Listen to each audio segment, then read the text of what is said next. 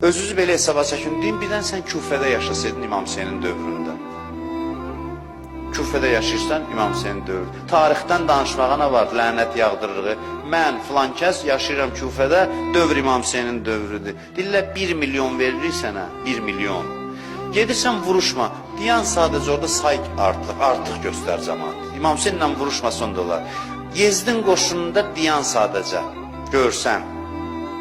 Fikirləş gör, neynəyərsən, problemlərə də bax. Bax, problemlərim var, nə qədər işi yoluna qoyarsın. Neynədim ki, dayandım da orada, mən heç ox atmadım. Gör, bunu deyər nəfsin ya yox. Bəlkə də nəfsin belə deyər, özün özünə belə cavab verərsin ki, onu deyən adamın başına vurardım, deyərdim ki, rədd ol, get buradan. Bəlkə də belə cavab verdim.